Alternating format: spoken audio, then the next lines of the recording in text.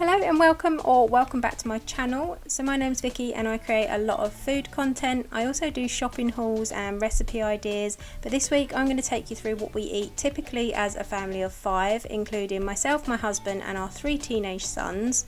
I do get sick of the same question night after night, what's for dinner, and I really do struggle to come up with ideas, so hopefully this will help some of you guys. Let's go and have a look at some of the things we've been eating recently. So I'm just about to start tonight's dinner and I'm going to do some Dorito coated chicken. This is loaded pepperoni pizza flavour and I got these in Farm Foods. I think they're about 69p. They're a bit of a strange taste, but I think they'll work well on chicken. So I've crushed them up. I've got some whisked up egg, my chicken breast, and then I'm just going to coat them. Excuse you.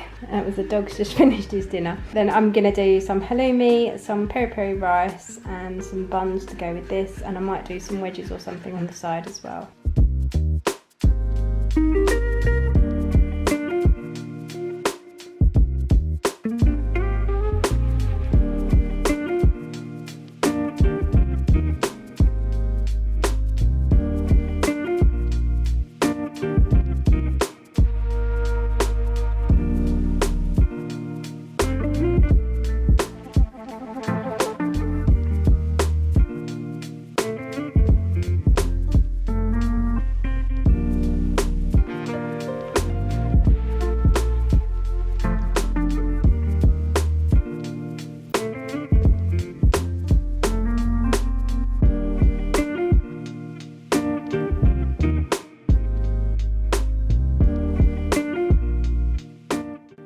So I made a simple chili con carne with rice, tortilla chips and some grated cheese on top, added in some peppers, and it was just a nice simple one. So if anyone is a fan of the Bulldog carbonara cheese noodles, then I got these ones. They're not the Bulldog brand, they're a Togi, and I got them in TK Maxx and they were cheaper than Bulldog. I think they were $4.99 for 5 packs. And they're really nice, but they're not the ridiculous spice of the Bulldog noodles. So in the packet you get your noodles, which I've put in here. I've kind of like stuck them out the top, but that'll do.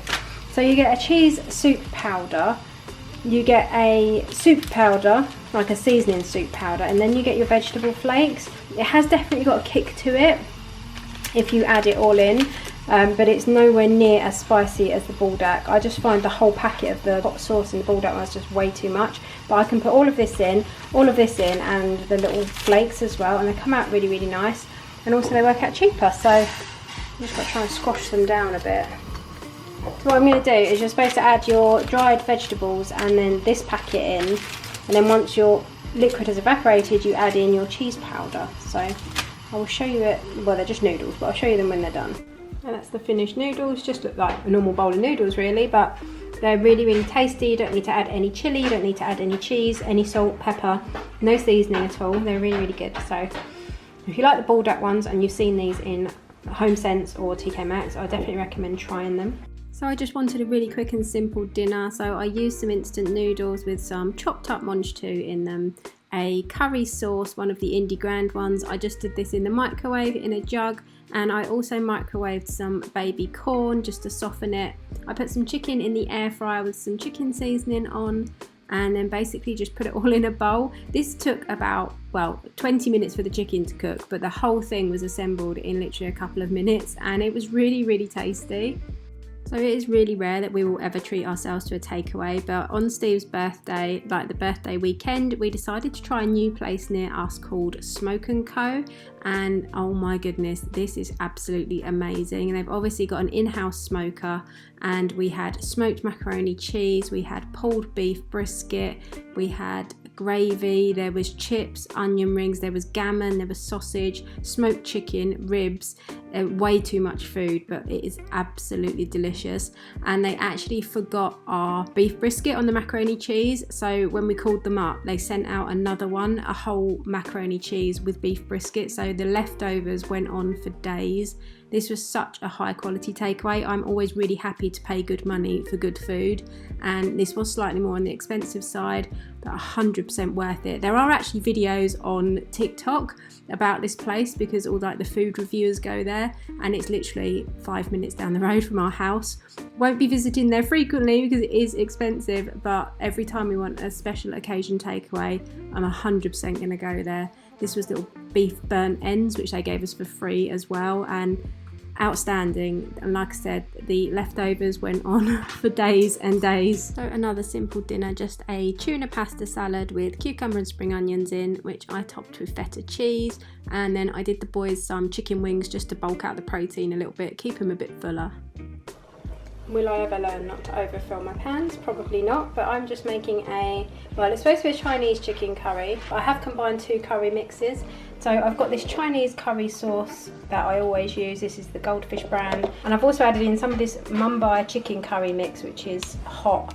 I got this from, I think it's Farm Foods ages ago. I've got some potatoes in here, some chicken, some peas. I've got salt and pepper, some fried red onion, and what else did I put in here? I seasoned the chicken in some hot Madras curry powder as well. I've made absolutely loads so that we can have leftovers, but yeah, I'm going to do some rice as well, and then we'll have even more leftovers because I'll kind of bulk it out a bit. But yeah, this is what our dinner's going to be. I'll show you it a little bit later on. And here we are served up. I've just done some rice in the pressure cooker, and we've got our potato, pea and chicken Chinese curry with a little bit of Indian spice in. One of my go-to meals when I'm not feeling like cooking a great deal is spaghetti bolognese. It is so easy just to knock up a homemade sauce. It doesn't take very long at all, and everyone always eats it and appreciates it, and I always have leftovers, which is great because then Steve can take it for lunch the next day at work. Time to start in tonight's dinner, and we are going to have burritos, like buffalo barbecue chicken burritos. So I've got these XXL wraps. They're absolutely massive. They're about twice the size of a normal wrap. And then in here we've got, I think there's four or five chicken breasts, 2 peppers, 1 green and 1 yellow, I think, some sweet corn, 1 red onion, 1 brown onion, and then 2 packets of this buffalo barbecue seasoning.